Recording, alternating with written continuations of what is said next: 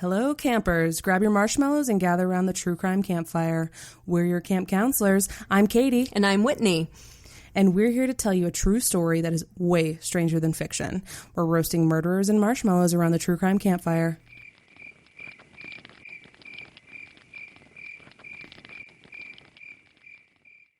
It's our first anniversary at True Crime Campfire, y'all, and we decided we wanted to do something special. So this week and next, we're doing a deep dive into the much-requested case of Scott Peterson, whose death sentence for the murder of his wife was recently overturned. If you're not familiar, here's a thumbnail sketch. In 2003, a radiantly beautiful young woman named Laci went missing on Christmas Eve. She was 8.5 months pregnant, and her disappearance immediately captured the attention of the nation. As the case unfolded, it became increasingly clear to most that Laci's husband, handsome salesman Scott Peterson, knew more than he was saying about the case. For months, revelation after revelation popped up about Scott's double life and the many lies he told to cover it up. Finally, the bodies of Laci and her unborn son Connor washed up on the beach at the San Francisco Bay, and Scott was arrested, tried, and convicted for murder. Now, in the years since, Scott has acquired some very vocal supporters. A documentary series on A&E theorizes that the jury may have gotten it wrong, that Scott might actually be innocent. Yeah, not so much in our opinion. We're not going to pretend we don't have a stance on this because we wouldn't be us if we did. We have pretty strong opinions on this case because both of us have been obsessed with it for years. I watched the trial gavel in real time. But we do want to give Scott's supporters their due, so here's the plan. We're doing this one over 2 weeks. This first part will be your basic TCC format. We're going to tell you the story as we believe it went down and based on the jury's guilty verdict. But next week, we'll get into the trial, including the arguments on both sides, and we'll examine Scott's defense in detail. And hey, if you end up disagreeing with us on this one, we're not mad at you. Just don't break up with us over it. We hope you'll reserve judgment until we've released both parts. This is Perfect Mask, the murder of Laci Peterson, Part 1.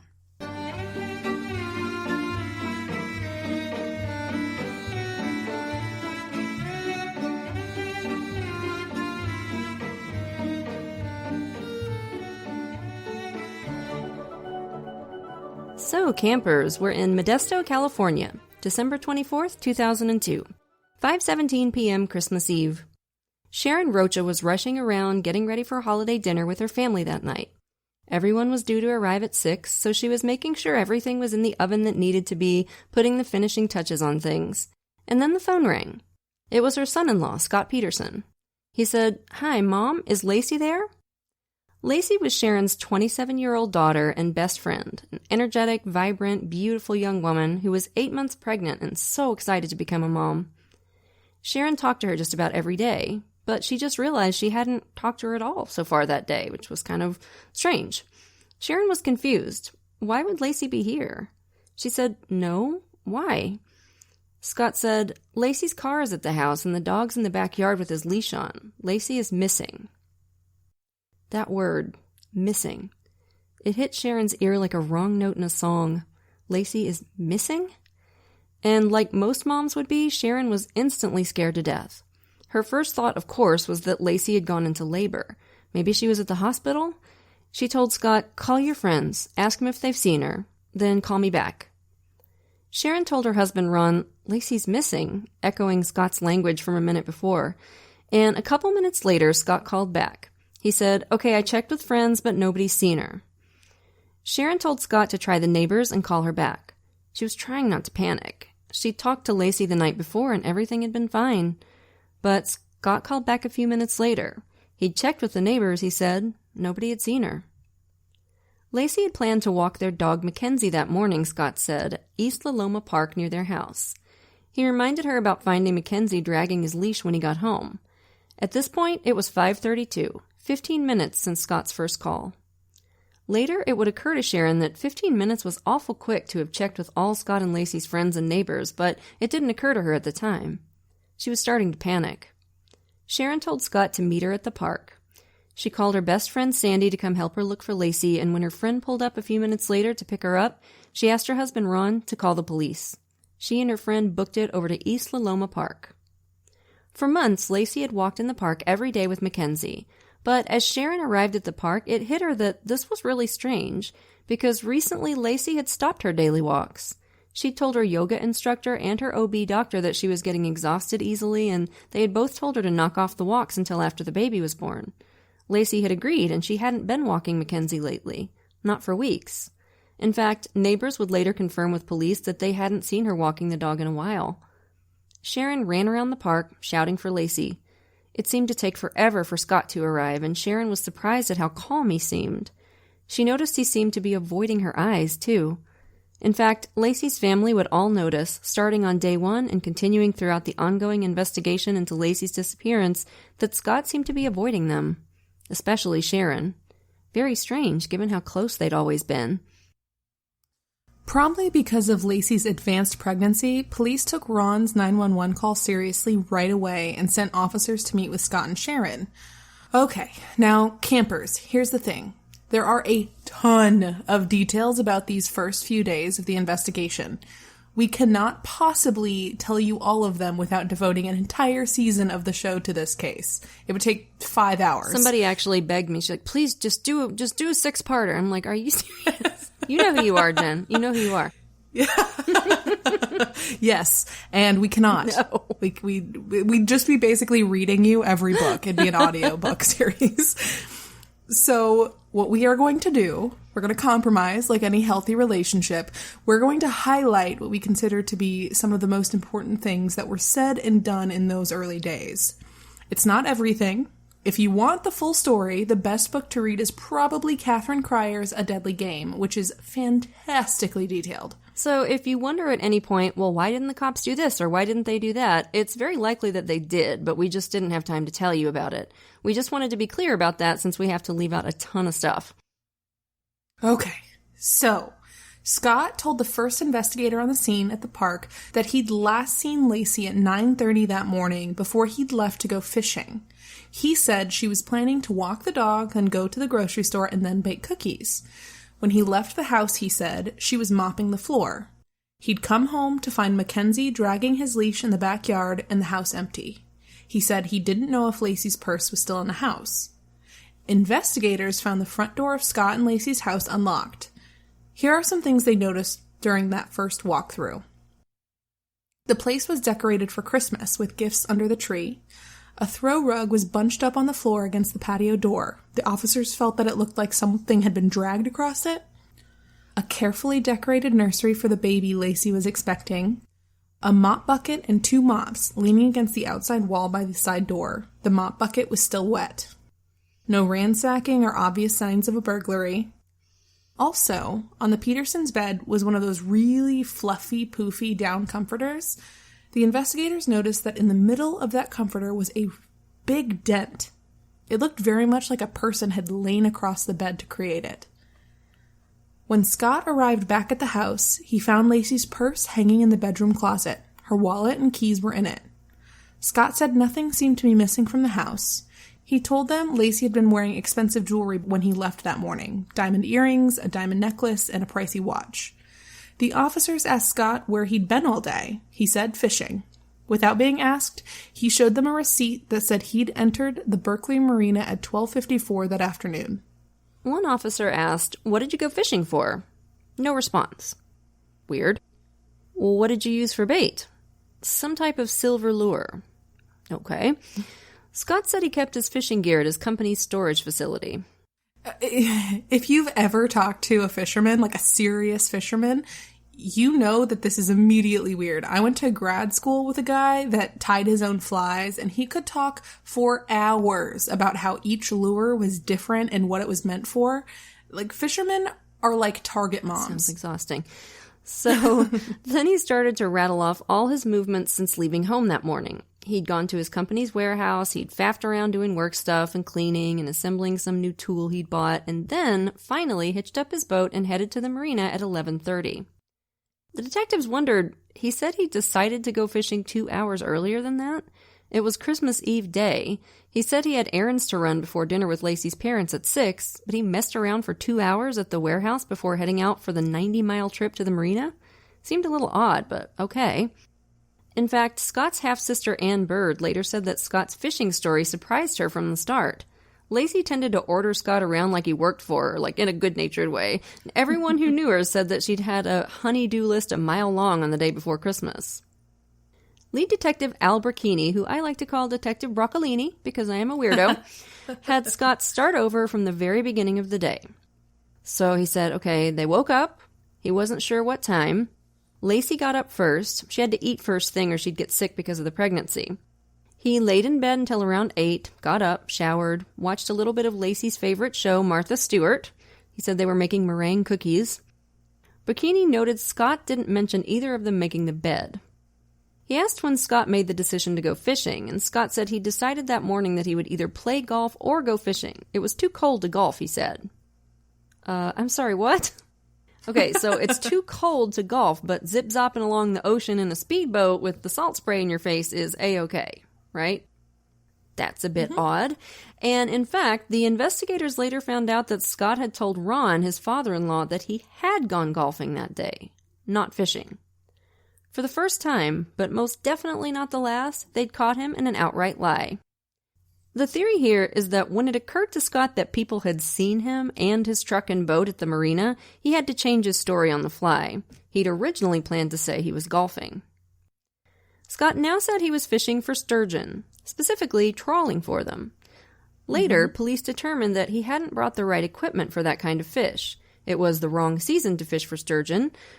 The time of the morning was way too late in the day to start, and it was illegal to trawl for sturgeon in the bay. So, thanks for playing. It had rained, Scott said, so he only fished for about 90 minutes. Later, when police went to the marina to check Scott's story, they learned that it absolutely had not rained that day. Womp womp. Scott said he'd made 2 calls to Laci from his cell on the drive back. One to her cell phone, one to the landline. He left messages. Cops later listened to them. They were syrupy sweet. Hey, beautiful. Can't wait to see you, sweetie. I didn't just murder you and dump your body at sea, etc. Such a trope in true crime, isn't it? Those fake phone calls. He'd driven the boat back to the warehouse, then gone home to find Mackenzie with the leash still on, the house dark and empty. He'd found the mop bucket still full of water and 2 mops in the hall. He'd carried all that outside and emptied the bucket. Then he'd gotten some cold pizza out of the fridge. He'd put his clothes into the washing machine and started it. He took a shower, changed. Then he called Sharon Rocha. Bracchini wondered, why hadn't he called sooner? He said Laci had planned to spend the day cooking and baking. When he got home and didn't smell cookies baking, didn't see any groceries laid out or put away in the fridge, didn't see Laci anywhere, found the house dark and empty and the dog still wearing his leash, why didn't that ring immediate alarm bells? Why did he wait more than 45 minutes to try to figure out where his heavily pregnant wife was? Also, why wash his clothes and his clothes only? There was an overflowing hamper next to the washing machine and some filthy towels on top of the dryer. Yet the only things Scott washed were the clothes he'd been wearing, which he said were wet with rain and sea spray. Still wet after a 90-minute drive, plus the time it took him to put the boat back in the warehouse and drive back home. And also it didn't rain, but okay. Had Scott called Laci's OBGYN or the hospital where she was planning to have the baby? No? Okay. Yeah, that's a huge red flag. So your wife is 8 months pregs. On Christmas Eve, when you're scheduled to go somewhere soon, you get home, you can't find her, and you don't immediately think early labor and start calling her doctor? Yeah, I call big shenanigans on that. Detective Bracchini went out into the driveway with Scott to take a look in Scott's truck and Laci's Land Rover, with Scott's permission, of course. They were parked right next to each other. Bracchini noticed 4 big patio umbrellas in the bed of the truck. When the detective opened the driver's door of Scott's truck, it bumped so gently against Laci's car door, and Scott immediately demanded they stop the search. He wanted to move the truck forward.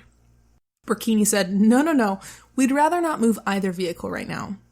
So Scott brought out a glove and offered to hold it between his truck door and Laci's car so it wouldn't get dinged. Holy shit. Bracchini agreed to be more careful, but this floored him. It was the first time he'd ever seen a family member of a missing person worry about protecting his stuff. Yeah, indicative, in my opinion, not only of seriously fucked up priorities given the situation, but also possibly of control issues. And I think we're going to see those control issues pop up again and again throughout the investigation. Detectives were already exchanging glances over Scott's contradictory, sometimes evasive answers and odd behavior. Burkini's notes mention his casual and nonchalant manner and noted that he seemed bored, tired, and devoid of urgency. Now, campers, I know what some of y'all are thinking. Everybody reacts differently to stress, and you're right. And this isn't proof of anything. But the thing about this case is, it's not really any one thing that points to the solution to this mystery. There's no smoking gun. This case is about hundreds of puzzle pieces, each one just a little blob of color by itself, but when you put them together, you start to see a very clear picture. So just hang with us. Yeah, and I mean, everybody else was a hot mess of tears and panic. That's not nothing. Exactly. That Scott was the only one that wasn't. And as you'll see, there are a lot of things that point to a lack of concern for Laci on Scott's part, and a lack of urgency to find her. This stuff unfolded all through the course of the investigation leading up to Scott's arrest. For example, detectives were surprised to find out that Scott hadn't checked the house to see if any of Laci's shoes or jackets were missing. And remember, he hadn't checked for her purse either until they told him to do so. Also, the investigators asked him to give them the name of Laci's dentist so they could get her dental records. That's important stuff in a missing persons investigation. But it took him days to do it. He kept saying, I can't remember who her dentist is. Silly me. And he only finally provided the name when Burkini called and prodded him about it. Oh, I almost forgot. Later they found out it was the same dentist that Scott used. I mean, I can see how you could forget that name, right? Oh my God. Okay, so back to day one of the investigation. As the detectives began combing over the property, Scott suddenly came out with this. You know, if they find blood anywhere, that doesn't mean anything. I'm a sportsman. Just look at my hands. I could drop blood anywhere. Okay, good to know. You know, not something most people would probably be worrying about in their situation, but okay, good to know. And a little later, Scott asked an officer if they'd used cadaver dogs yet. Oh my God. Cadaver dogs. Laci had been missing for hours at this point. Most loved ones of missing people can't bear to think that the person is dead, and people will engage in the most heartbreaking mental gymnastics to convince themselves that their loved one is still alive. So to be asking about cadaver dogs on day one, that is not something you'd normally see. I also can't even begin to deal with the fact that this kind of comes off as like detective-splaining. Like, sir, have you considered using, you might have not heard of them, they're called cadaver dogs? To search for my missing wife? Like, dude, maybe focus on keeping your fucking story straight, you great value Ben Affleck. He really is. Police were suspicious already on that first day that this was going to turn out to be a homicide investigation. It just had that feel about it. I mean, for one thing, they knew that the number one cause of death among pregnant women is homicide. And that, by the way, was true in 2002, and it's true in 2020 as well. Yep. Homicide by the baby's father. And that's not after medical causes. That's the number one cause of death, period, in pregnant women. Isn't that insane? 20%. 20% of women who die during pregnancy. It's bonkers. Bonkers. So, Burkini wanted to do everything by the book. So, as officers began, with Scott's permission, to take some pictures around the house, Burkini drove Scott to his company's warehouse. He wanted to look at that boat that Scott had gone fishing in that day. And as they pulled up to the building, Scott suddenly said, there's no lights right now. The electricity is off. So Burkini had to turn his bright car headlights on to illuminate the warehouse just enough to take a few pictures of Scott's boat. It didn't occur to Burkini right then, but later he remembered that earlier that day, Scott had told him he'd used the computer and the fax machine in that building that morning. But now there's no electricity? He later determined from the electric company that this was a lie. Now, campers, you tell me, why would Scott lie about this? Why on earth would he tell the detective assigned to find his missing wife that there were no lights in the warehouse where he kept his boat? Oh, geez. Let me think. Could it be that he didn't want Burkini to get a good look at that boat and the area around it? It's a thinker, but you have a theory there. I'm sure he had a good reason, whatever. So later, the warehouse would in fact be thoroughly searched, and the boat too, and here are just some few notable details from that search. In the boat, the CSIs found a chunk of concrete with a loop of rebar stuck into it, so kind of like a makeshift anchor it looked like. Scott said it was a homemade anchor, but there was no rope or chain attached, which was weird because obviously you can't use something as an anchor unless you're going to tether it to the boat. Mm-hmm. Also odd was that Scott said he'd only made one anchor, but there were crescent moon-shaped stains from wet concrete that suggested there had been multiple anchors, but the others were nowhere to be found. The forensic team also found concrete debris along the ribline of the boat and concrete dust on a table nearby. They later determined that Scott had bought a huge bag of concrete mix soon before Laci's disappearance. They noted some odd scratches down one side of the boat as well, and probably most notably, a pair of needle-nose pliers with a black hair twisted up in them. This hair was later found to be consistent with the hairs from Laci's hairbrush. They couldn't check the DNA, unfortunately, because there was no bulb attached to the hair. Scott said he'd bought the boat on December 9th. He claimed he'd told Laci about it, but the investigators soon learned that no one knew about it. Not one family member or friend, and Laci wasn't the type to keep quiet about a big new purchase like that. The first night, Bracchini asked Scott if he'd be willing to take a polygraph. Scott said, "Yeah, they're accurate, right?" Bracchini said, "Yeah, it's nothing that can be used against you, but yeah, I believe they're accurate." Scott said he was definitely up for it, no problem. But the next day, he backpedaled. Said he'd talked to his dad, and his dad had advised him not to take the poly. Now, say what you like about polygraphs, I will probably agree with you. Mm-hmm. You know we've expressed dubiousness about their value many, many times on this show. But this is unusual behavior for the worried loved one of a missing person. It 100% is. If my husband went missing, I would do anything they asked me to. Anything. I'd want them to rule me out as fast as possible so they wouldn't waste any time and they could move on and actually find out what is happening. No way in hell would I say, no, I won't do that. Right. As Bracchini interviewed Scott, other detectives and officers canvassed the neighborhood. The Petersons' neighbors had some interesting observations to share. They corroborated Sharon's point that Laci had not been walking Mackenzie lately. They also said that Laci always raised her shades every morning and lowered them every evening. But the shades were down on Christmas Eve morning. For the first time ever, the neighbor thought. She assumed that meant that Scott and Laci were away from the holiday. And this was interesting. One neighbor saw Scott's truck backed into the driveway on Christmas Eve around 4:45. It was the first time she'd ever seen him park that way. What were you doing there, Scotty? A little bit suspicious. Literally never back your vehicle in anywhere. Your neighbors will fucking notice. Or have cameras in the case of Chris Watts. Yeah. Either way, you will get on the investigator's radar immediately. Everyone's like, how did he back that in? He never does that. Why would he back that in? And then it's like in their brains forever. Over the next few days, the investigators found a few people who thought they may have seen Laci around the time of her disappearance. For example, one lady said she'd seen a pregnant, dark-haired woman with a dog of Mackenzie's type on a leash near the county hospital walking with two men. The dog was barking and one of the men kept shouting at her to shut the fucking dog up. When the woman saw the missing flyer with Laci's pic, she called the police. At first, she said she was certain it was Laci. But within a few minutes, she had backpedaled, saying, well, I'm pretty sure, and insisting she was real good with faces.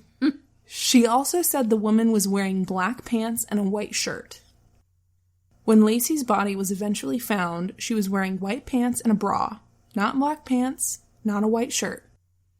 The eyewitness also described the woman as looking 6 to 7 months pregnant. Laci was an obvious 8.5. Investigators could never establish a definite timeline with any of these witnesses. And of course, there are many dark-haired, pregnant women in Modesto. And don't even get us started on how garbage eyewitness testimony is. We're probably going to do a whole big thing about that in the next episode. But yeah. It's really unreliable. They also started interviewing sex offenders and violent parolees in the area, but this didn't produce any leads. Early on, search doggos and helicopters were brought out, and a search dog named Merlin, who I'm sure was a very good boy. I'm sure he was such a good boy. Tracked Laci's scent all the way out of the neighborhood, suggesting she, or her body, had probably left in a vehicle. Meanwhile, they put an officer on Scott's office to make sure no one took anything out of there without permission. And lo and behold, on December 26th, the guy said Scott had arrived and tried to take a computer out of the office. Nope. So they snagged that back. And then 36 hours into the investigation, detectives Burkini and Grogan, who's the other guy, approached Scott to ask to formally, thoroughly search the couple's computers, their vehicles, and Scott's office.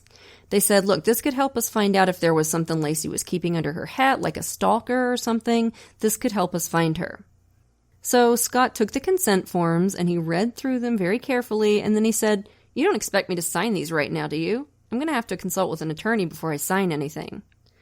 Now, y'all, again, if your spouse was missing, your pregnant wife, would you not give police immediate permission to search whatever the fuck they needed to search? I would let them search my physical body if they needed to. I would do whatever it took if my husband was missing. No questions asked. And maybe you wouldn't, but I sure as hell would. If my dog was missing, I'd give consent to search my entire house. Are you kidding me? Yeah, if someone you love. Absolutely. Yeah. This is a crazy reaction. This response baffles me every time I think about it. This isn't a fucking job contract, Scott. This is a group of people trying to find your wife and unborn child, you poorly bred parasite. And it gets weirder. When the police asked for some things to give the scent dogs Laci's scent, he gave them several of her things and one of his own slippers. And it was like little piddly stuff, like a pair of sunglasses and like a shirt or something. And then he asked them, are you writing down the items that you're taking? So again, his focus was on protecting his stuff. And it's not like nice, just like sunglasses and a slipper. An officer brought out a form to write out a receipt for Scott at his insistence. And Scott slid a piece of paper under the form as the officer wrote on it to keep him from scratching the wooden tabletop. Oh my God. Wow. Oh my God. And the officer said later that this was the first time in 20 years that any missing person's family member had asked for a receipt in a situation like that. Like usually people are just frantic and here, take whatever you need. Not Scott. In fact, Scott pretty much took an antagonistic position with the detectives from day one. And so, by the way, did his parents. Jackie and Lee Peterson leapt into protection mode immediately, which I find really odd. For example, after a press conference on day 2, Jackie came in ranting that the police chief had mentioned that it would be strange for Laci to go out walking without her cell phone. She said, well, everybody knows Laci's cell phone had been dead for weeks, so why would she be taking it on walks with her? Now, why would Jackie assume that the police chief meant that comment as any kind of indictment of Scott? Why the protective, combative attitude from minute one? Detective Burkini pricked up his ears at this, though. He said, Jackie, if Laci's phone was dead, which it was, by the way, they'd found it in her car the day before, then why did Scott leave her that message on it on Christmas Eve? Ooh, Jackie didn't like that. She was like, well, I don't know. I was just repeating what other people said. Interesting. That's just an Olympic-level backpedal, Jackie. Yeah. She's like, whoopsie. According to friends and family they interviewed in the early days, Scott and Laci seemed like the perfect couple. No one had ever even seen them fight. Scott seemed to do whatever Laci told him and do it with a smile. Laci's stepdad Ron said even when he should get mad at Laci, he doesn't. Now, we could view this as they have a great relationship, but I think there's another way to view it too. See, it's not normal never to fight. It's not normal to never get annoyed or angry. So another way that you might view this is he's not invested emotionally. But most of the people who knew them were convinced, at least at first, that Laci and Scott were a golden pairing. Laci's parents and siblings initially told police there was no way Scott could ever hurt her. Jackie went on talk shows and gushed about their perfect relationship. Interesting, because later, police would learn from Scott's half-sister, Anne, that Jackie had been catty as hell about Laci, complaining about her all the time, and that in the weeks leading up to their murder, Jackie had repeatedly told her that Scott and Laci were having problems. Sharon Rocha later told police that the last time she'd seen Laci, Laci had told her that Scott never wanted to feel the baby kicking. He just flat out refused. It hurt Laci's feelings, and it had bothered Sharon, but she chalked it up to first-time dad nerves. Unsurprisingly, the media pounced on the story right away. Pretty, pregnant young woman missing on Christmas Eve. And everyone was shocked at how Scott avoided the cameras. The Roaches were all over talk shows, doing press conferences, everything they could. But Scott told reporters, "Don't get me on camera," and went so far as to make formal requests to a victims' rights group and the searchers who were helping find Laci to never release his image to the press. Wow. Every day, Scott would come to the searchers' command center, go over to the big wall where Laci's friends and family were putting up pictures of Laci, and take down every picture he was in. "Oh, I want to keep this," he'd say. But it was only ever the pictures he was in. It would soon become clear why. Mm-hmm. As the case gathered steam in the media, national as well as local, tips started to flood in. And on December 30th, they got a heater. A woman named Amber Fry, a 27-year-old massage therapist and single mom of a little girl named Ayanna, called the Modesto Police Department. She was concerned that her boyfriend might be the Scott Peterson she'd just seen on the news, whose wife was missing. She was upset. A friend had brought her a newspaper with the story, and she wanted to know if this was the same Scott Peterson. She'd been dating him since November 20th, 5 weeks before Laci's disappearance. He'd told her he was single. They'd been talking about marriage. Worst of all, Scott had initially told her he'd never been married. But then, on December 9th, he'd come over to her house and broken down in tears. He told her he'd lied to her, that he had been married before, but that he'd lost his wife. This would be his first Christmas without her. He hadn't offered any specifics, but Amber had gotten the impression that Scott meant his wife had died. Yeah, I'd assume that too. Mm-hmm. I wouldn't go like, "Oh, you mean you misplaced your wife again?" She's always in the last place you look. I just left her at the airport, I think. I'm not sure. I always lose her right when I need her. He'd seemed so upset, and he said he didn't want to talk about it anymore. She didn't want to upset him, so she let it go. Detectives rushed to Amber's house in Madera, and they quickly determined, based on the pictures Amber showed him of her and Scott, that, yep, Amber's single boyfriend was the Scott Peterson. Ooh, boy. It's getting real now. Amber met Scott through her friend Sean, a colleague of Scott's in the agricultural sales biz. He and Sean had met at a conference, hanging out with other coworkers at the hotel bar. Scott was wearing a name tag that said HB. He said it stood for horny bastard. Oh my god. Check out Mr. Classy, y'all. By the way, I think this is the part in the story where we can go ahead and start calling Scott by the affectionate little nickname that we have for him, Twat. Mm-hmm. Mm-hmm. Oh, and by the way, Scott was a fertilizer salesman, so he was literally a bullshit salesman for a living. Anywho, Scott thought he was funny and cute and charming. I guess there's no accounting for taste. Ever the big man, Twat had paid for everybody's drinks at the bar. He hadn't hit on Sean because she was engaged and talking a lot about her fiancé, but he asked her if she thought there was one special person out there for everyone. He said he thought he'd found the right person to make him happy, but it hadn't worked out. And he was hoping to find his true love. "I'm sick of bimbos," he told her. "I'm done with one-night stands." Yeah, that's a bit of a red flag. If he's calling women names, he might be a little bit of a misogynist. Agreed. Scott, by the way, would later tell his sister Anne, when the news about Amber broke and she confronted him about it, that he'd cheated on Laci multiple times throughout their marriage and it didn't mean anything. It was just sex. He said he'd once, quote, taken turns with 2 women in an airport bathroom on a business trip. So I think we can add that to our list of romantic hookup spots from our cases, don't you? Mm-hmm. So what was it now? We had the porta potties from the Clara Schwartz case. Très romantique. Yep. Mm-hmm. The stockroom of the Vaughn supermarket and the Michael Daly case. Ooh, baby. Ooh. Now we have an airport bathroom. Sanitized for your protection. So hot.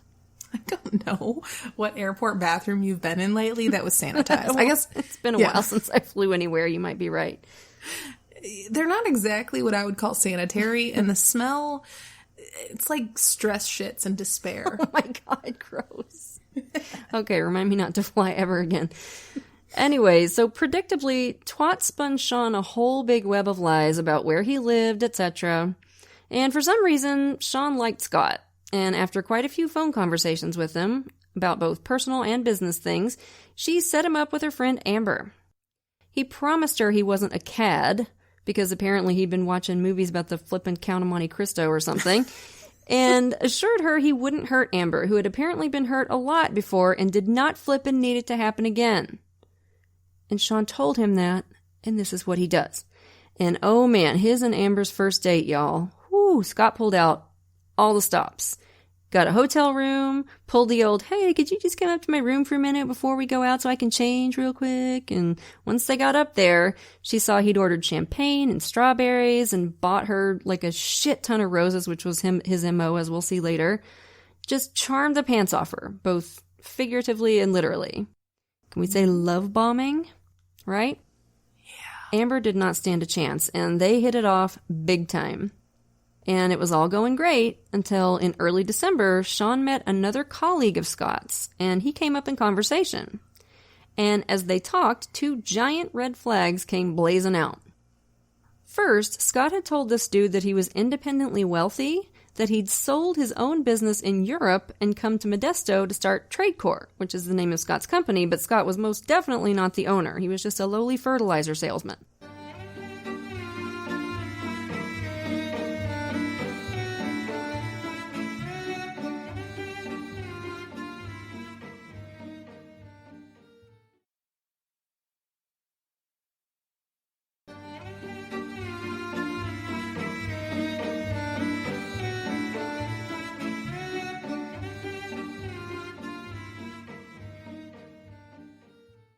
And then, red flag numero dos, this colleague told Sean that Scott had mentioned his wife. Sean was furious. She called Scott immediately and confronted him. He vehemently denied being married, but she called a closer coworker of Scott's, and he confirmed that, yep, Scott's married. So Sean called Scott back and demanded he tell her the truth. He denied it again. Oh my God, dude, give it up. Hours later, Sean came home to a weepy voicemail from Scott. I'm sorry I lied to you. It's just so painful for me to talk about. I lost my wife. Give me a call and please don't tell Amber anything. Blah, blah, blah. If it was half that annoying, I can't believe she ever spoke Yeah, to him. I'm annoyed with myself. Don't worry. Oh, Lord. She did call, and he told her he was not currently married. He said he'd lost his wife. From his tone, it seemed 100% like he was saying she died, because what other conclusion are you coming to? Yeah, if she divorces you or something, that's not the language most people would use at all. No. Sean said, okay, but look, man, you need to tell Amber. If you don't, I will. And as Amber would later tell investigators, on December 9th, he did tell her. He said he'd lost his wife, and this would be his first Christmas without her. Weeks before Laci went missing. So is Scott a psychic? Or is Scott a murderer? I don't know. It's crazy. By the way, campers, this was not the first time Scott had cheated on Laci. Earlier in their marriage, Scott had 2 other girlfriends that we know of. I'm sure there were probably more. Scott and Laci lived apart for about a year after they got married, so Scott could finish college and Laci could start her first job. Scott lived in a house with roommates, and despite the fact that Laci came to visit most weekends, his roommates said he lived like a single guy whenever she wasn't there. The first mistress was a young woman named Janet Ilsa. This was the more serious one. Scott love-bombed her, too, on the first date, bringing her a dozen roses. Oh, no, it was a dozen. I know, I saw that. A dozen. That's just a freaking bonkers amount of roses. Like, I would be pissed off, I think. I would be like, buy me a damn car. What are you doing? I can't be responsible. How much is a dozen? Like, it's not cheap. 144? Oh, you're talking about cost. No, I'm talking about cost. Like, it's got to be like $30 or something, right? per, yeah. So multiply that by 12. Like, buy me some damn jewelry. Right? Good gravy. But he was all about the show, see? Because that's impressive as hell to walk in and see a dozen roses. Is it? It stresses me out thinking about, because, like, I don't have that many vases. This is true.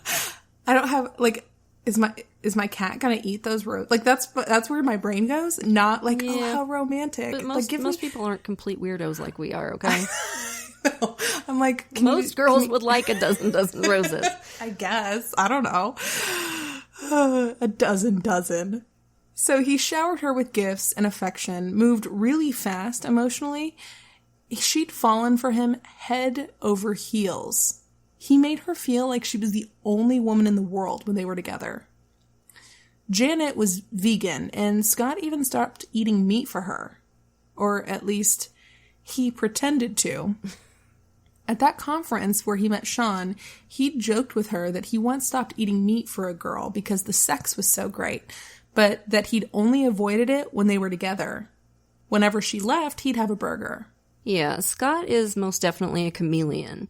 With Janet, he claimed to have gone vegetarian. With Laci, who was into Martha Stewart, he got into lifestyle stuff like food and wine and home decor. With Amber, he claimed to be religious. Later, detectives would find a bunch of fake diplomas in Scott's house. He'd ordered them, of course, online. One was for a degree in theology. See, Amber was a devout Christian. And he had bought that one right after he started dating Amber. He used to call her to read her Bible verses. Barf. This guy never went to church. This wasn't real. This was all for show. This man was fake through and through. A man of masks. He and Janet broke up when she came over to surprise him one night and found Laci in bed with him. Scott seemed to have no reaction to this whatsoever. He just laid there in bed watching the scene unfold, totally cool and detached. Later, he came over and just said, "Sorry you caught me in bed with Laci." The second mistress, Katie, no relation, was the first person he'd tried his, "oh, I lost my wife" story on. But like Janet, she soon found out he was lying when, at Scott's graduation, Laci came up and planted a kiss on Scott. Scott coolly introduced her. "Katie, this is Laci." So anyway, Scott charmed the absolute shiz out of Amber. He cooked for her, he sucked up to her 2-year-old daughter Ayana, bought her a present, a book. And interestingly, it was the same book that his sister Anne had given Laci as a present at her baby shower a week or so before. Now, there's no proof it was the same one, but I think it's very possible that that was a regift. Yep. Amber thought he was the perfect man, the golden boy. So they moved fast. And once he explained about losing his wife, even that little wrinkle of his initial lie about his marital status got ironed out. Amber was in love. So, bless her heart, she was just devastated about all this, of course. And when detectives asked her if she would be willing to not tell Scott what she knew and start recording his phone calls to her, she said, absolutely. Before we get into the phone calls, though, which, by the way, are explosive and point as much to Scott's guilt as anything else in the case, let's put a pin in that for just a little bit, because I want to give you some more background on Scott and Laci. Scott grew up in a well-to-do family, the golden boy son of Jackie and Lee Peterson. Jackie had given up 2 of her other kids for adoption earlier in her life, and she had a rough childhood herself. Her dad was murdered when she was little, and her poor mom had a nervous breakdown over it and couldn't take care of her anymore, so she grew up in an orphanage, and it was not a nice one. Her fortunes turned around, though, when she met well-to-do businessman Lee Peterson. Suddenly, she was wealthy, and Scott was her and Lee's child together. Now, I've mentioned Scott's sister Anne. Anne was one of the 2 children that Jackie gave up for adoption. And she met the Peterson family about 5 years before Laci's murder and got really close with Scott and Laci both. She believes wholeheartedly in his guilt now, but that came after months and months of total denial and defending him and, believing in him when all this first broke. And her book, Blood Brother, is completely fantastic. It's a really intimate view of the case, and you should all read it. Mm-hmm. Anne tells a story about Scott's position in the family that I think is really telling. She was introducing him to some friends once, and she jokingly said, "This is Scott. He's the golden boy." And she was surprised to see that Scott seemed bothered that she was joking about it. So her impression was Scott was dead serious about that role. Just, yikes. and he had that mask on firmly, for the most part, but as masks often do, Scott's would sometimes slip. His mistresses both said he was usually Mr. Smooth and charming, but sometimes he'd just randomly get moody for no discernible reason. Sometimes he'd have crying jags, and he'd never explain what was wrong. Scott learned at a young age that he needed to fill those golden boy shoes. People close to the family, Anne included, seemed to think that the Petersons were the kind of family where negative emotions were not to be tolerated. And for Scott, anything less than fulfilling Jackie and Lee's dreams for him would also not be tolerated. They were also the type of parents to cover for their kid, like, no matter what. Like, my little angel can do no wrong. Which is just toxic nonsense. And this became very obvious during the investigation and trial. Scott wanted to be a pro golfer in high school and college, but he wasn't quite good enough. This was typical of Scott. He had a lot of grandiose plans and dreams, like he talked about wanting to be mayor and stuff, but he usually didn't do much, if anything, to bring them to fruition. So after college, Lee made him partner in his lucrative corrugated box company. And Lee was really proud of this company. He was proud to be working alongside his son. He wanted Scott to take the reins when he retired, But 2 years later, Scott bought Lee's share when Lee was ready to retire and quickly sold the company, to Lee's total shock. Scott first met Laci when he was her waiter one night, and she slipped her number to one of his coworkers to give to him. He initially asked her out to make his ex-girlfriend, who he was obsessed with, jealous.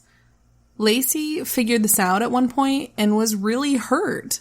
How their relationship survived that, I'm not sure, but they married in a lavish wedding about a year after their first date. An interesting little factoid about their wedding, by the way. Scott asked a relatively new acquaintance to be his best man, instead of, any of his brothers with whom he was allegedly very close, which I think says a lot about how he views relationships, just like him selling his father's company out from under him.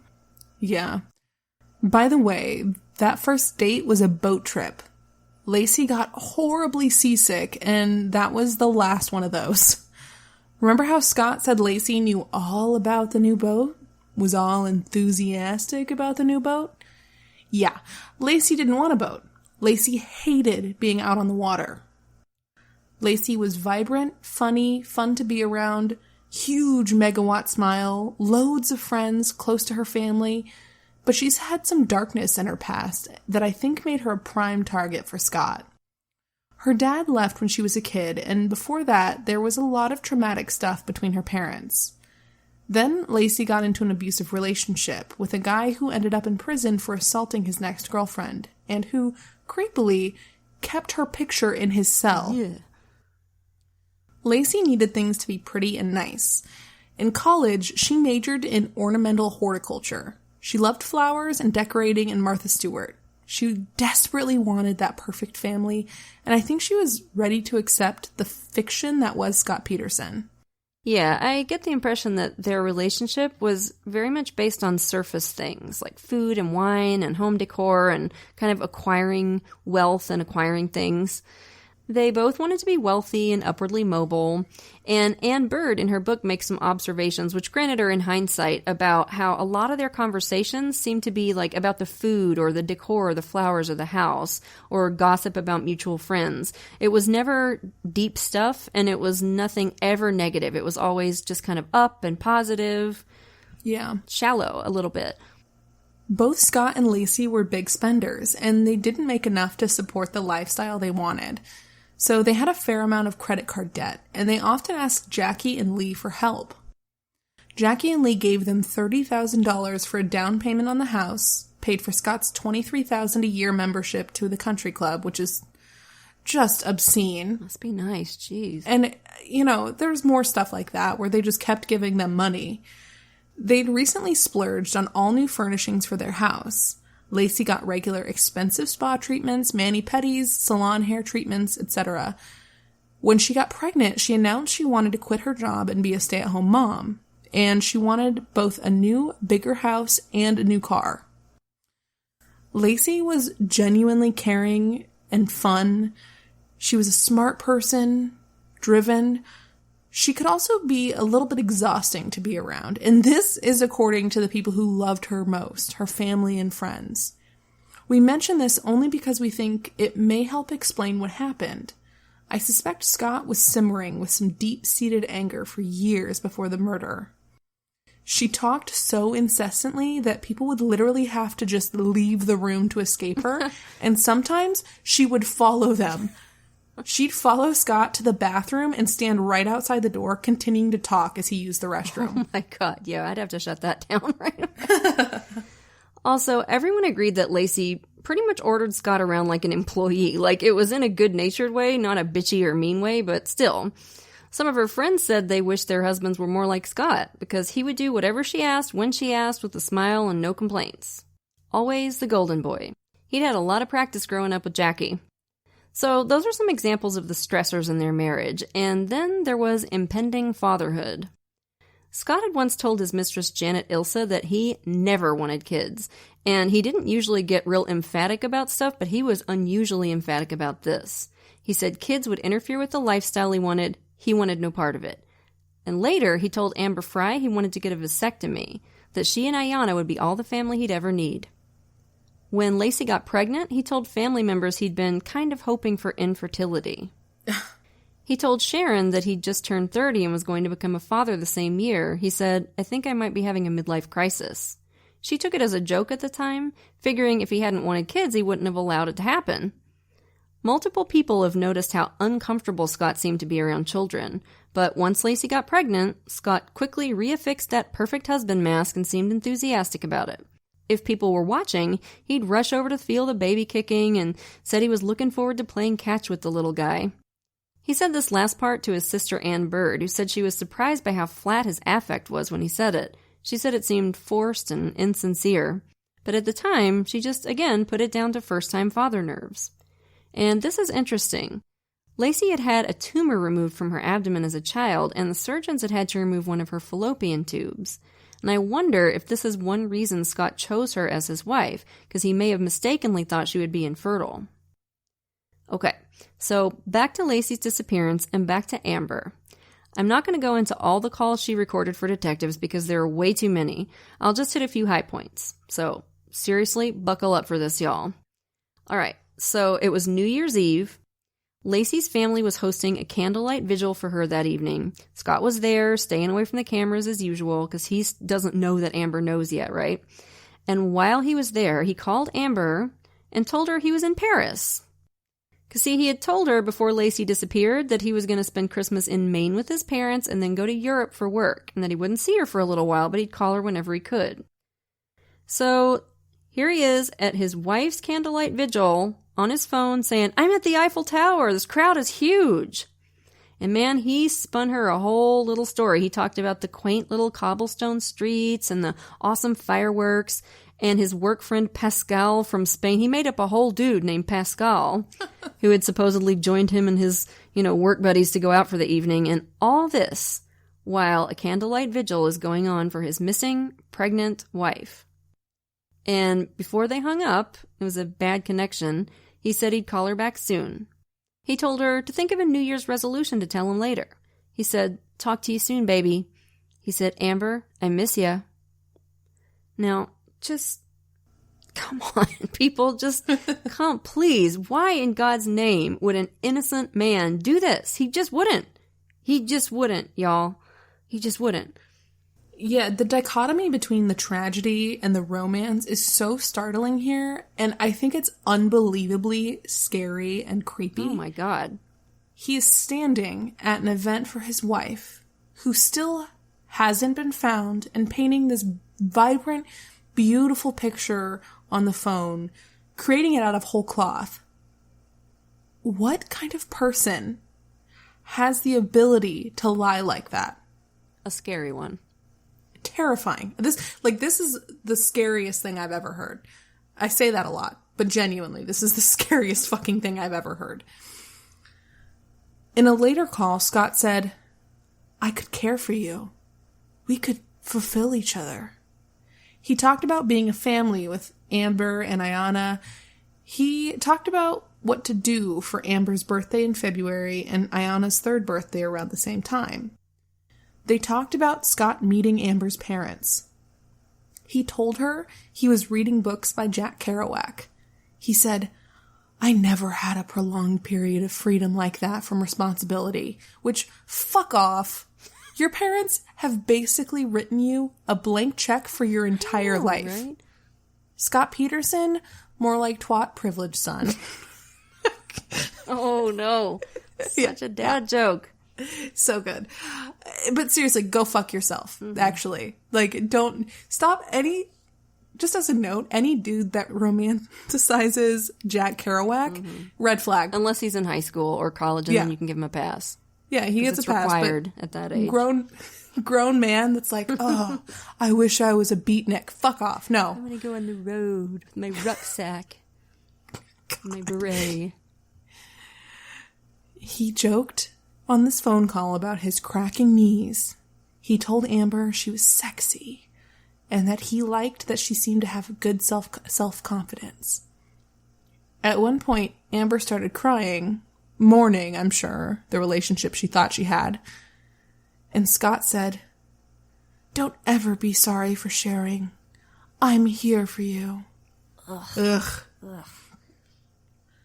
Amber did a damn good job of keeping it together in these conversations. You would never know she knew about Laci. Yeah, Amber Frey is a badass, and I think it's a travesty how she was treated in the media when all this was going on, like just like a slut, and you know, like people were selling her bikini pictures to the National Enquirer and stuff. It's ridiculous. God. She did something incredibly hard, and she was incredibly brave to do it. And she didn't know he was married. That was the whole point. And if it wasn't for Amber, they seriously might not have gotten the bastard.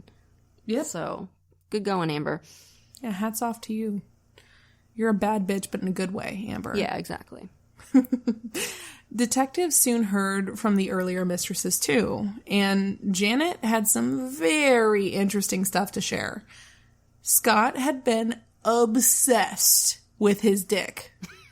Apparently worried it wasn't big enough. How does that not surprise me? It does. Literally the least surprising thing about this case. She said he had issues in the bedroom. She'd also heard, though she didn't see it, that after they broke up, Scott had gotten, like, super schwasty and taken his penis out at a bar. Oh, gross. Yep, super gross. On January 4th, the police started 24/7 surveillance on Scott. One other creepy thing from that time, as police searched the San Francisco Bay for Laci's body, on 5 different occasions, Scott drove to the bay and just sat in his car, watching the search. Never interacted with the searchers or asked any questions, just sat and stared. On January 5th, at a police request, Amber dangled a hook in the water, told Scott her friend had left her a cryptic message mentioning Scott possibly being involved in something she needed to know about. Scott was all, weird. I don't know what that could be about. But then he called her the next day and told her about Laci and her disappearance. It was an intense conversation, as you can imagine. He tried to spin her a big bunch of bullshit about how, well, yeah, I told you I lost my wife, but there are different kinds of loss. Mm-hmm. You know, because he told her, oh, I lost her back on December 9th, weeks before Laci went missing. They both cried. Scott told her how much he cared for her, which, God, every time he says it, I get chills. Yeah. Gross. Amber asked if Laci had known about her. She had, Scott claimed. How did she feel about it?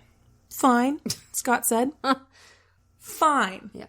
An 8.5 months pregnant woman. Fine. Yeah, and Scott would echo this later in interviews and to family members, by the way, and nobody bought this, I assure you, except his mama, because Laci was not the type to keep quiet about something like this, and she hadn't told anybody, and she sure as shit was not the type to be fine about it, even if by some bizarre miracle she did decide to keep it from everyone she loved. She wouldn't have done. Later, in an interview with Diane Sawyer, Twat would claim he'd told Amber the truth on December 24th, the night Laci went missing. Another fucking lie. That's a big fat lie. And I mean, why? Why all these lies? Why would he keep lying like this if he was innocent? Soon after this, the investigators found out that Amber's story was going to break in the National Enquirer. Some asshole had leaked it. So they brought in the Roaches and told them, showed them the pics of Scott and Amber. Laci's mom, Sharon, who had loved Scott like a son and supported him right up until this moment, broke down immediately and said, "Why did he have to kill her?" It was a gut-wrenching moment for everyone in the room. Oh, and by the way, they showed those same pictures to Scott soon after this, and in true twat fashion, he tried to lie his way out of it. He looked at these crystal clear, full-color photos of him and Amber Fry with their arms around each other and said with a straight fucking face, "Is that supposed to be me?" Good God, man, just give it up already. I mean, it's clear that, like, this bald-faced lying had gotten him out of enough that he had no other tools to rely on at this point. Yeah. He was just like, gotta lie. Mm-hmm. Once the Amber thing broke in the media, Scott continued to call her for a while, and she kept on recording the conversations until finally, in mid-February, she asked him to give her some space until there was resolution in the case. And this, by the way, was the only thing that seemed to really hurt him since the investigation began. He'd shown casual indifference about his missing pregnant wife, but when Amber dumped him over the phone, that got him all mopey and depressed. Oh, poor baby. Mm-hmm. His little heart was broken. Yep. I need 5 minutes with this man in a locker. That's all I'm asking. That is all I'm asking for, guys. That's all I need. Come on, San Quentin, just loan him to us. Please, just 5 minutes. Scott started doing interviews at this point because now he had some damage control to do, and there was very little point in keeping his face out of the cameras. Public opinion turned on him big time after Amber came forward. She did a press conference on January 24th where she just kind of got up there and briefly explained that she dated him and he told her that he wasn't married and stuff. And the 2 big interviews that he did were total disasters for him. He just told lie after lie. He cried really theatrically and unconvincingly. And at one point, when his phone rang in the middle of the interview, he said, "Here, let me turn that off." What if that was somebody with information about your missing wife? What if it was your missing wife? Like, what if they had found her? You don't want to get that? What the hell? And everybody noticed it. People were like, oh my God, the phone thing, right?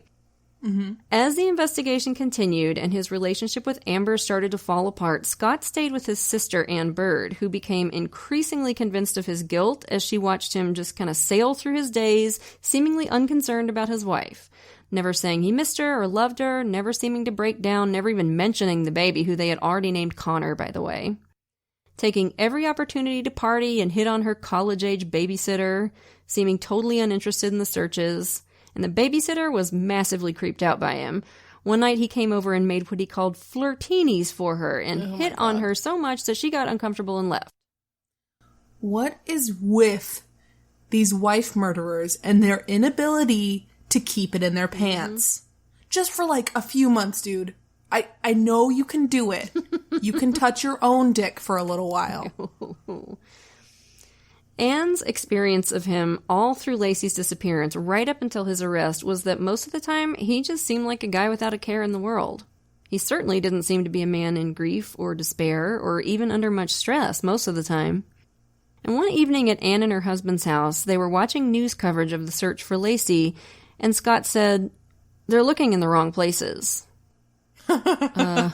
Okay, well, how do you know, first of all? So Anne brought out a map and said, well, where do you think they should look?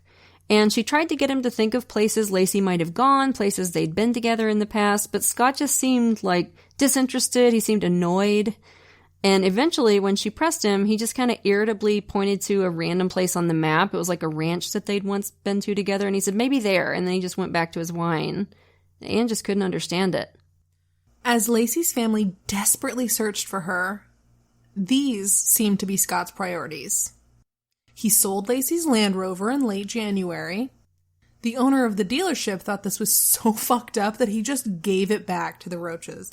He was like, I can't. Here's your daughter's car.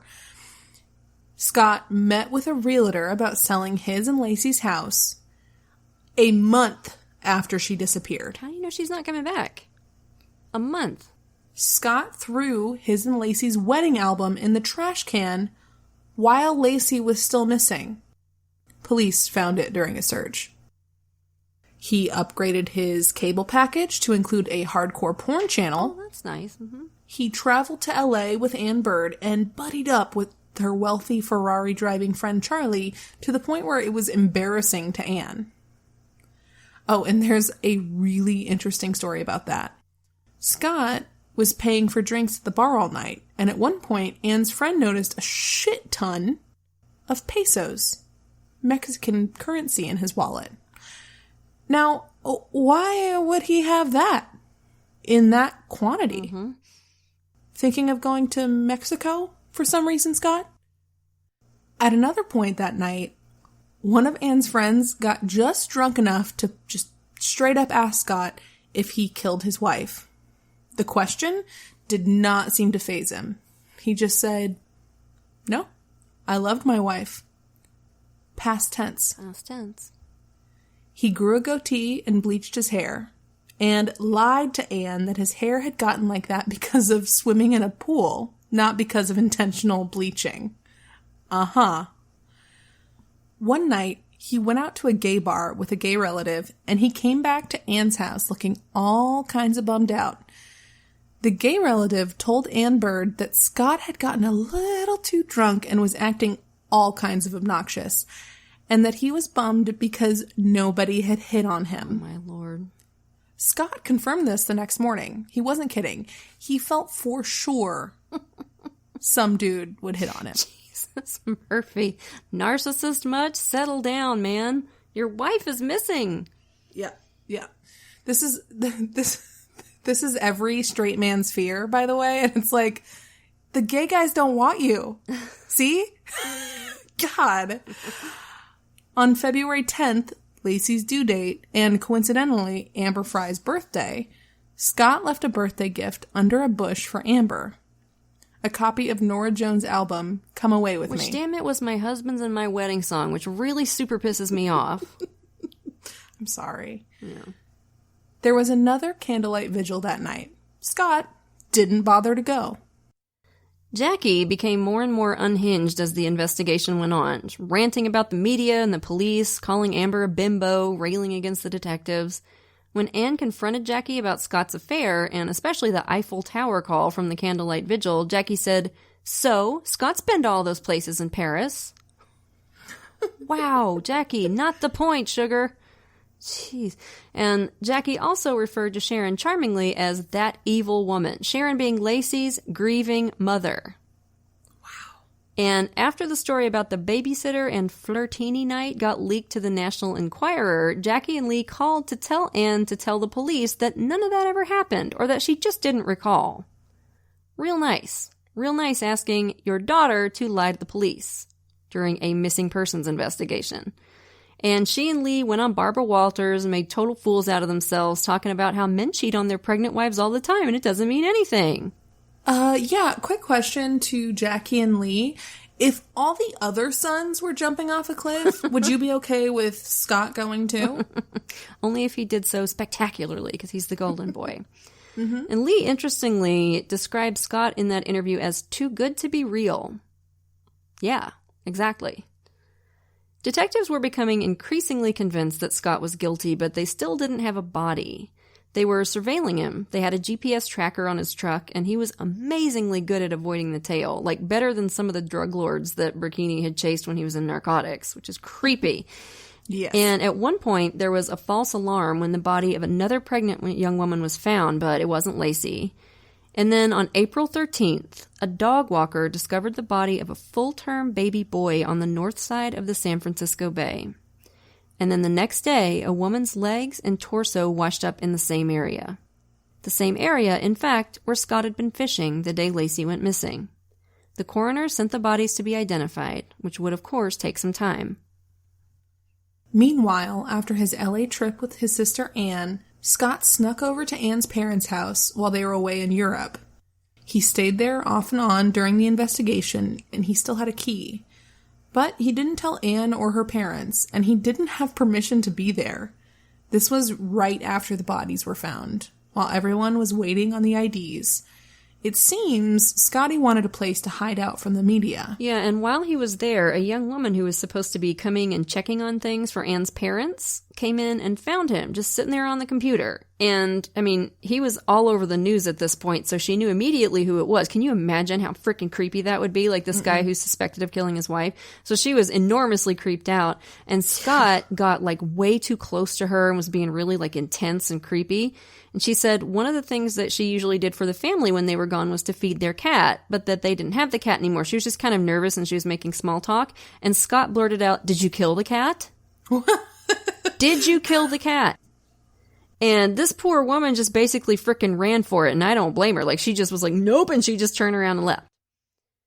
So, the bodies were soon identified as those of Laci and baby Connor. Laci was terribly decomposed. Her head and arms were missing and part of one leg. She was dressed in white maternity pants and a nursing bra.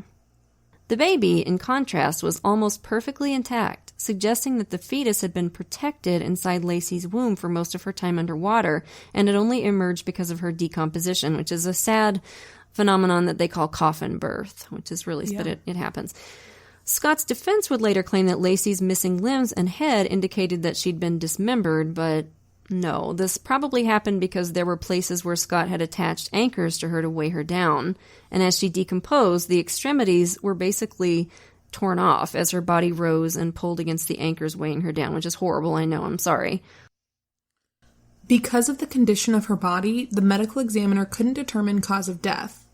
Once the bodies were ID'd, it was time to put the habeas grabus on Scott. At long last. At long last, baby. And boy, did they grab him just in the nick of time, because motherfucker was definitely in the process of fleeing. He took them on a high-speed chase, so bad that the cops thought someone might die.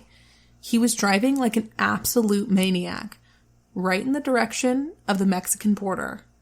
And side note, this always really amuses me when people think they hit Mexico and they're home free. Do criminals think this is a game of tag, where once you get to Mexico, you're like, you're home, you're safe? Yeah, it's weird.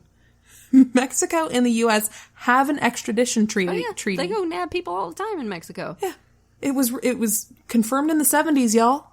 And I know the goal is to get to South America, to a country that does not have such extradition treaties. But they already found you, Scott, you wet noodle. At one point, it seemed like Scott thought he'd shaken his pursuers. He pulled into the Torrey Pines golf course parking lot, possibly to hide out a little before making a break for the border. But fortunately, some new undercover guys, not ones Scott knew from previous tales, saw him and went in after him. He was arrested without incident. And man, he was cool as a cucumber. They found a whole wild array of stuff in the car. Elaborate camping gear, about $15,000 in cash, Mexican cash, his brother's ID, all kinds of different outfits, 15 pairs of shoes and boots, fishing gear, rope, knives, and printed directions to Amber Fry's workplace. Yeah, that part creeps me out. So fucking creepy. They told Scott that the bodies had been ID'd as Laci and Connor. He made one tiny little baby sniffle. No tears. A few minutes later, when the detective stopped at In-N-Out Burger for a bite, Scott asked for a double-double with cheese, fries, and a vanilla shake. It's just, how could you eat? My God. I can't. So, Ann Bird went to visit Scott a number of times after his arrest, and they wrote letters back and forth for some time.